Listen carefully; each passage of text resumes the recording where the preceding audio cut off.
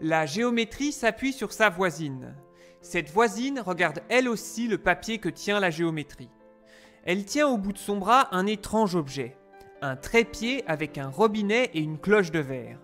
Ce drôle d'engin est ce qu'on appelle un instrument scientifique. Il a été inventé par un monsieur qui utilisait la méthode scientifique.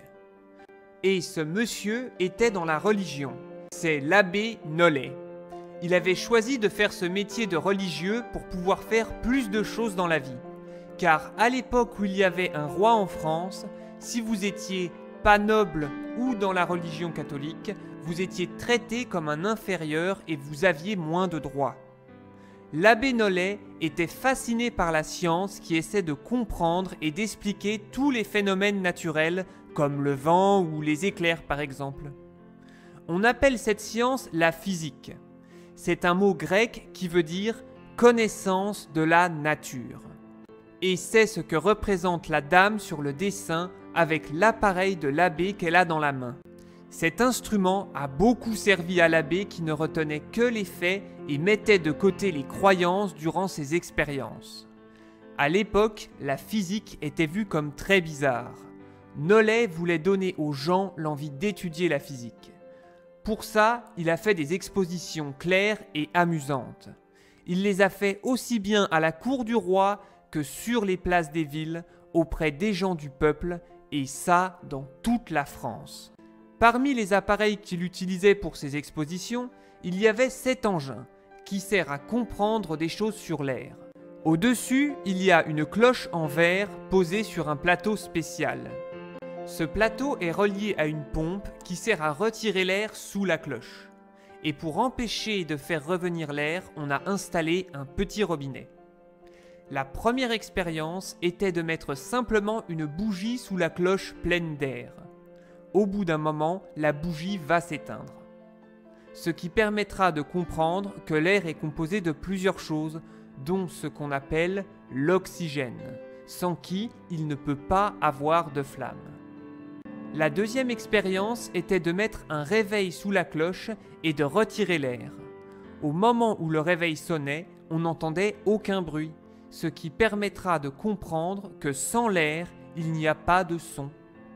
La troisième expérience, c'est celle que l'on voit sur le dessin avec l'oiseau, où on apprend que sans air, dans le vide, on ne peut tout simplement pas vivre. Une découverte scientifique triste pour l'oiseau, mais qui nous donnera plus tard la bonne idée de créer les combinaisons pour aller dans l'espace.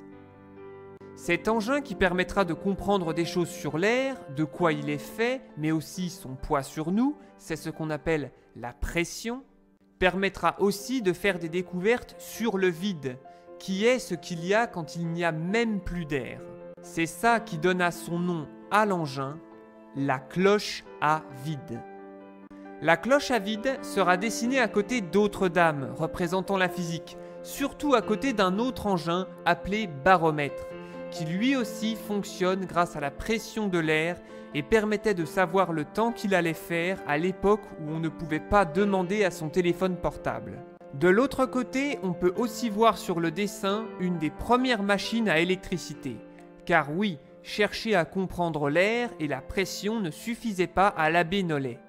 Il était en plus le plus grand spécialiste en France de l'électricité. Il travaillait à la comprendre et à la définir en finissant par construire des machines à électricité. Pour ça, il améliore une invention allemande en utilisant une roue de carrosse pour faire tourner une boule de verre sur laquelle on pose un tissu.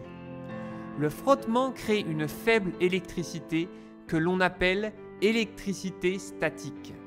C'est ça qui fait dresser les cheveux quand on porte un bonnet. Grâce à cette machine, il pouvait faire des démonstrations qui pouvaient intéresser tout le monde. Par exemple, demander à une dame de poser ses mains sur la roue et voir que petit à petit, ses cheveux se levaient au-dessus de sa tête par accumulation de l'électricité statique. Quelque chose qui amusait aussi beaucoup les gens, c'était d'allonger un enfant sur une plaque suspendue au plafond et de lui faire toucher la boule de verre avec ses pieds.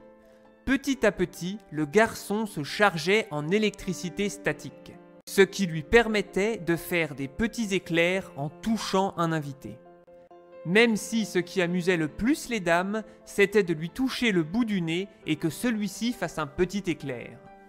L'enfant pouvait aussi attirer des feuilles de papier grâce à cette électricité statique. Mais l'abbé avait eu une autre idée amusante.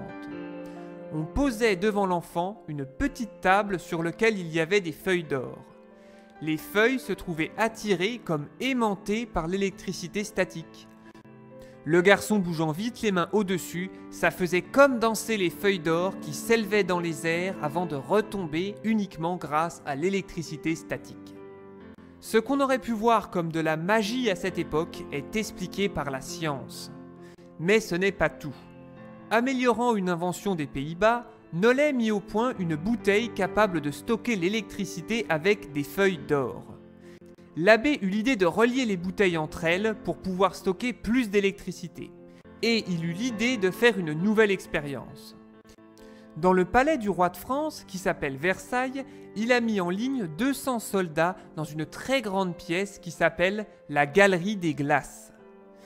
Il leur demanda de se tenir la main, puis le premier devait toucher le pack de bouteilles électriques. Quand le premier toucha le pack, les 200 gardes sautèrent tous ensemble en même temps en poussant un cri. Ça a beaucoup fait rire le roi pour qui on avait préparé l'expérience, mais ça a surtout été une preuve pour Nollet que l'électricité va à une vitesse très rapide. Étant donné tout le travail qu'il a fait, c'est normal que l'une des inventions de l'abbé Nollet devienne sur le dessin de l'encyclopédie le symbole de la physique. Son instrument scientifique a été dessiné au pied de la vérité, et il se trouve exactement au centre du dessin. C'est un moyen de montrer la croyance dans le progrès de la science. Grâce à la création de nouveaux instruments et de nouvelles façons de faire permettant de mieux comprendre le monde, c'est ce qu'on appelle l'innovation.